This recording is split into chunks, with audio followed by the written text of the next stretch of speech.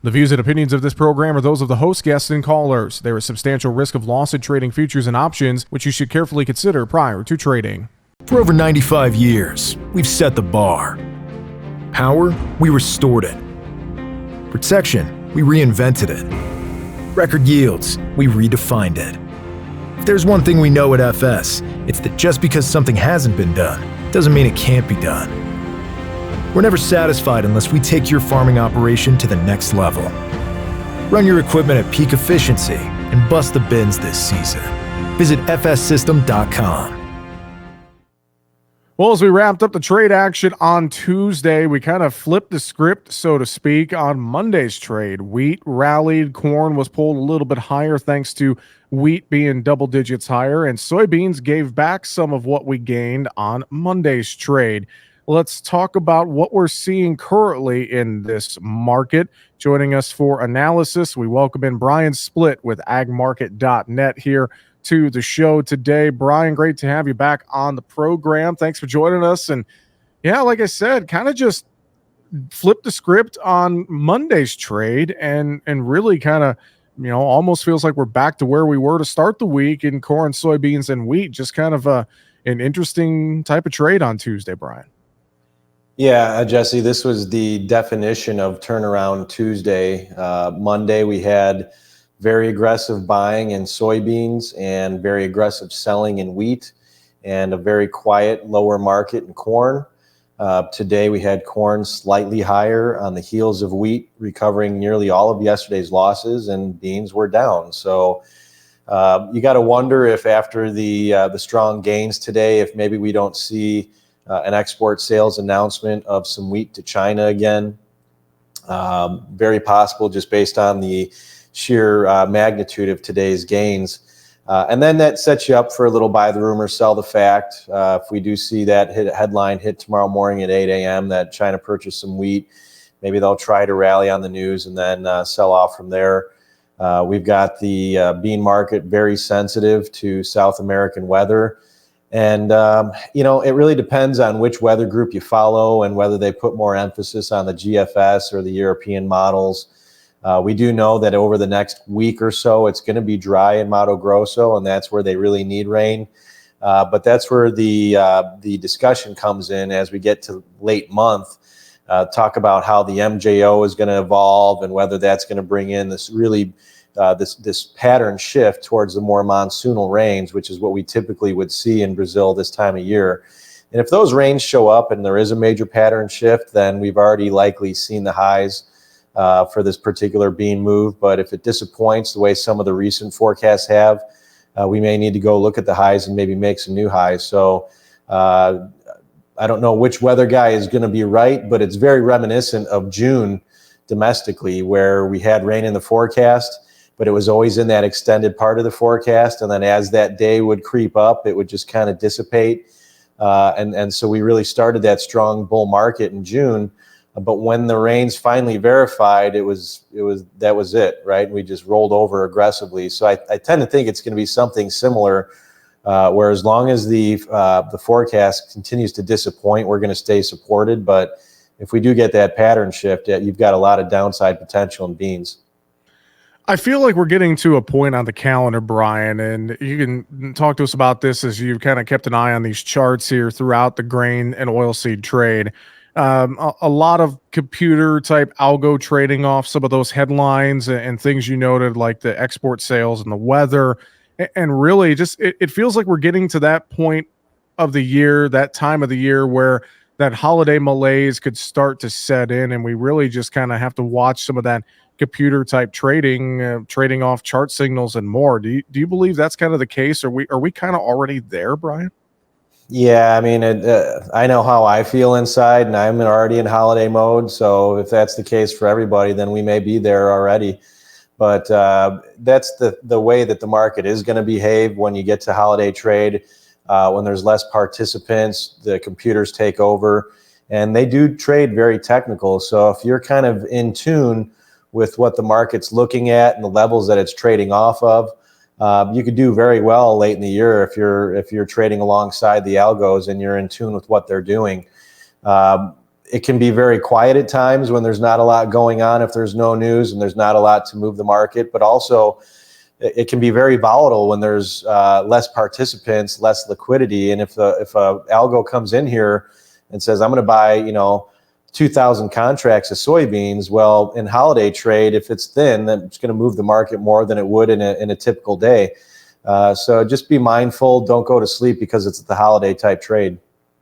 Yeah, and you mentioned earlier you're worried about maybe some downside risk in soybeans potentially, depending on the weather here. So I wonder as we get into some of that holiday trade, if there's still folks that need to or want to make some soybean sales here before the end of the year. I'd have to think that some risk management definitely in order in that soybean market, just with some of that added potential of downside risk out there. Talk about what you're seeing on the soybean charts right now, Brian.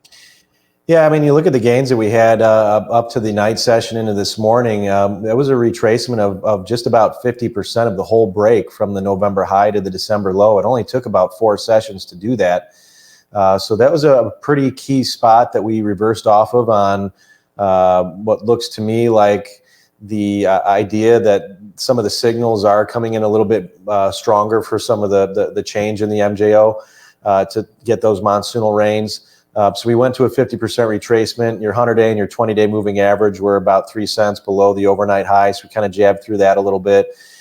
This 200-day moving average has been a pivot point, and it's right around the 1320 area. The exact price is going to move a little bit day to day, but I think that's going to be a signal where if we're back below the 20-day, that suggests that the interpretation of the weather models, I should say the 200-day, sorry, that the interpretation of the weather models is a little bit more bearish.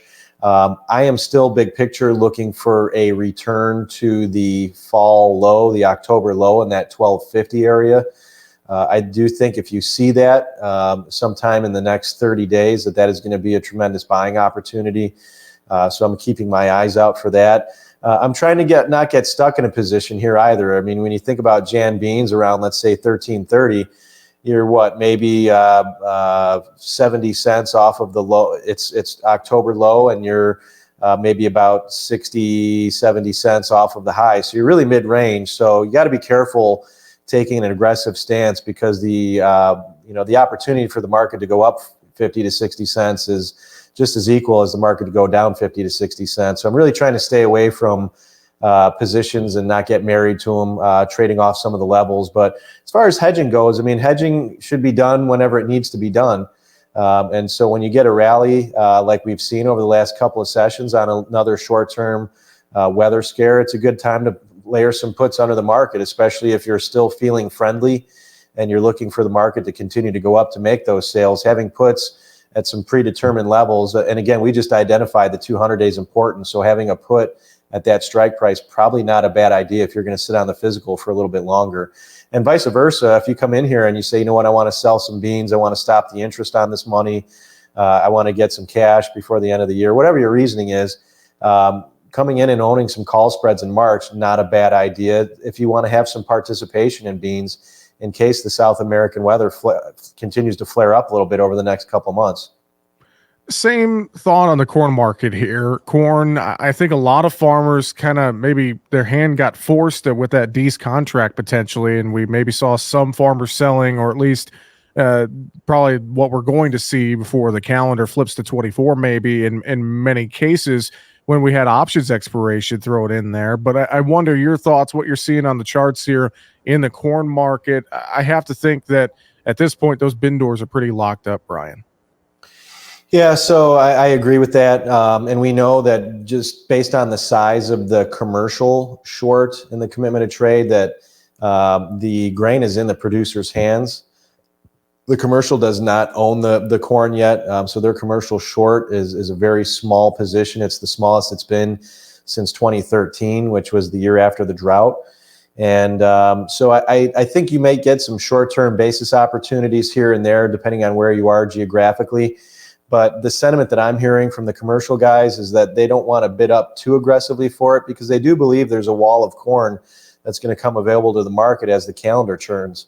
So you're going to have a lot of producers that are waiting until the new year for tax implications, waiting to the new year, and they're going to be looking at making some sales to pay whether it's fertilizer or seed, or cover some of their costs for the upcoming growing season. And so with that being said, it's hard to imagine a ton of upside unless there's something that fundamentally changes on the balance sheet. That could potentially come in January. That's our final production numbers. So we're going to get the final yield until the USDA decides to change it a year and a half from now. We'll get the final acreage numbers. We're going to get a quarterly stock report, which goes a long way to imply the first quarter usage. So there's an awful lot going on in this report that could potentially shift the market one direction or the other. There's been a lot of comparisons this year to 2013 from a crop year. It's an analog year. It's behaved very similarly. And I will tell you that the actual low for the year on the 2013 crop was made in January of 14 on that report. We made a new low for the move, a new contract low, and then we turned around and finished sharply higher on the day, and then that was it. And then it started to rally into the April-May timeframe. So I wouldn't be surprised if corn traded sideways to sloppily lower and maybe made a low in January around that report. We are joined today by Brian Splitt from agmarket.net for market analysis. Brian, let's go over to the cattle market. And cattle have been extremely volatile. It's no secret. A lot of folks are scratching their heads, wondering what is happening in this cattle trade. A lot of fund money feels like it's been getting out of cattle here in big waves here the last few weeks. As you look at charts on both the fats and feeders right now, I guess my question to you is, are we potentially finding some support here in this cattle market? What are you seeing right now? Yeah, we've had 3 good days. March feeders today went and hit their downtrend. So this liquidation event in feeders has actually been pretty orderly. The moves have been really big, but if you look at it on a chart, it's in a very nice downward trending channel. We hit the upper end of that channel, so that's the downtrend from the move on the highs this morning, and then backed off a little bit, went negative briefly, but we actually were able to close back up higher on the day, and not all the way at the highs, but it wasn't a horrible close. So I think if we could get through the downtrend, that might be the first indicator that we're trying to make a low. The continuous chart offers some clues, and I'll tell you that this looks a lot like 2014 on the continuous feeder chart. In 2014, it was about a $52 break from high to the first major swing low before we got a good rally again that lasted about 4 months. And I think our break thus far has been about 48, so very close. If we could see the front month contract get down to about 205, 206, that would be about the same scope of break. And then also something interesting is that when we had that move in 2014, we bottomed out around the 20-month moving average. And that 20-month moving average currently is in that 205 area. So I'm thinking maybe we get one last flush lower on some of the recent bottom pickers, thinking that this could be the low. Go a couple bucks lower than we've already been, and then see that be the low. And I wouldn't be surprised to do it in the next couple of weeks, and then see buying come in the cattle market as the calendar turns to 2024. Not very often you see the funds short feeder cattle, and they definitely don't maintain a short position in feeders for very long. Good thoughts to think about. How about that hog trade too? Anything you're seeing on the charts there? Hogs have been pretty dismal, it feels like to me, and have largely, from what I could tell, have kind of followed cattle to some degree. On, if cattle go sharply higher, hogs go with it for a day, or lower, they'll go lower, etc. Anything you're seeing notes in that hog trade at all right now, Brian? Yeah, hogs are in a downward trending channel as well. It's a little bit bigger of a channel, but less aggressive as far as the angle of descent. So we're at the low end of that channel. Hard to initiate a short position here in hogs. I'd like to see if they'd recover a little bit more. I think we're trying to work through the pressure from the sentiment out of China that they've got too many hogs over there. And there's been some liquidation. And maybe that's something that needs to occur to make a good, strong low in the hog market, is see China liquidate and then look at some tighter numbers moving forward in the future. So I'm optimistic about hogs, at current levels. I don't know that I would say I'm outright bullish, but we're back down to some support. We're back down to the lower channel, and some buying could kick in at any time. The last rally that we had did go up and fill a gap, and then we came back down after filling that gap. So if we could get back through that high that was made, I think that would go a long way to bring in some more technical buying. But I don't think that's going to happen until the news from China and the liquidation of some of their herd is shaken out through the market. Let's wrap with the economy and inflation and the dollar, et cetera. I know we got a lot of economic data out this week. The CPI came out Tuesday morning. It was a little bit hotter than some folks expected, but not really that bad. We got the PPI Wednesday. We got the Fed meeting as well.